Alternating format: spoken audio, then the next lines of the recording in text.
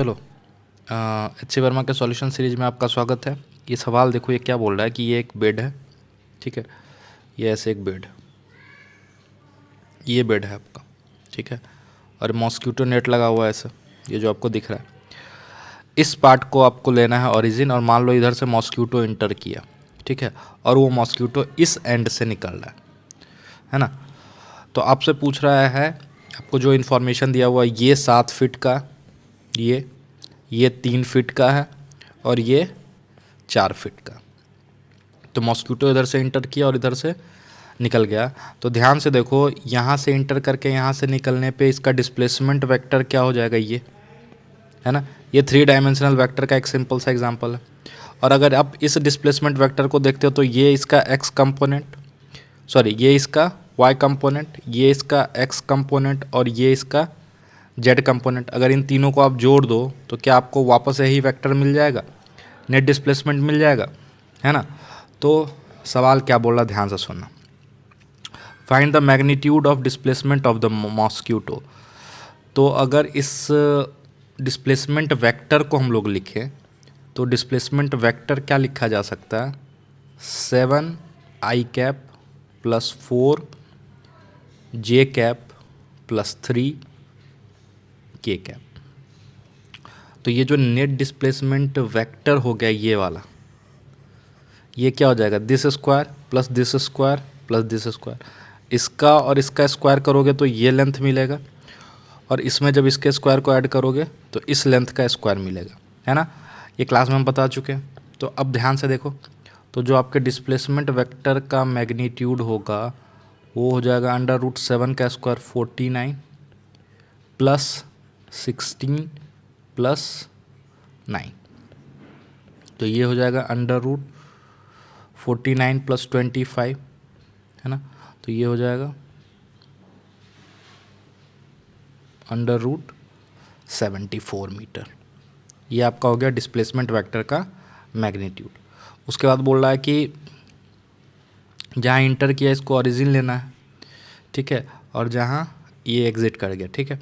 तो आपसे पूछ रहा है डिस्प्लेसमेंट का एक्स कंपोनेंट, वाई कंपोनेंट और जेड कंपोनेंट, है ना। एक्स क्या है, बेड का लेंथ ले रही है, तो इस डिस्प्लेसमेंट का एक्स कंपोनेंट क्या हो जाएगा 7, है ना।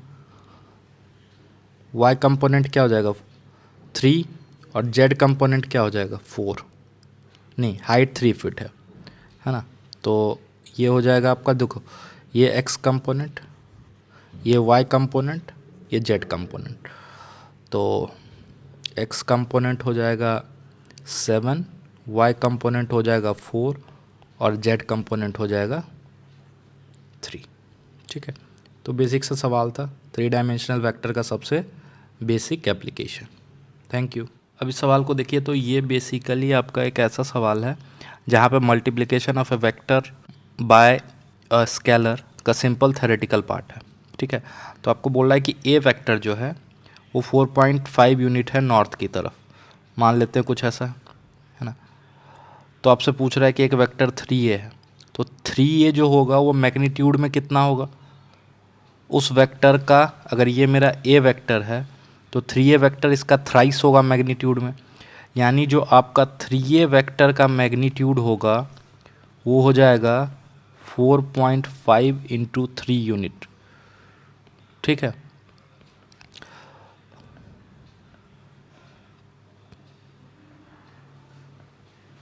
और डायरेक्शन किधर हो जाएगा, तो अगर ये पॉजिटिव नंबर से मल्टीप्लाई करते हो तो डायरेक्शन में कोई चेंज नहीं आता, तो ये भी किधर होगा, 3a भी आपका किधर होगा, ड्यू नॉर्थ, जो ए का डायरेक्शन है ना। उसी तरह अगर हम बात करें -4a वेक्टर की, तो इसका मैग्नीट्यूड क्या हो जाएगा, इसका मैग्नीट्यूड हो जाएगा 4.5 इंटू 4, ठीक है। मैग्नीट्यूड तो 4 टाइम्स हो जाएगा,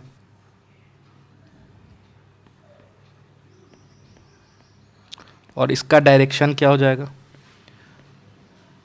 बिल्कुल अपोजिट, तो ये हो जाएगा ड्यू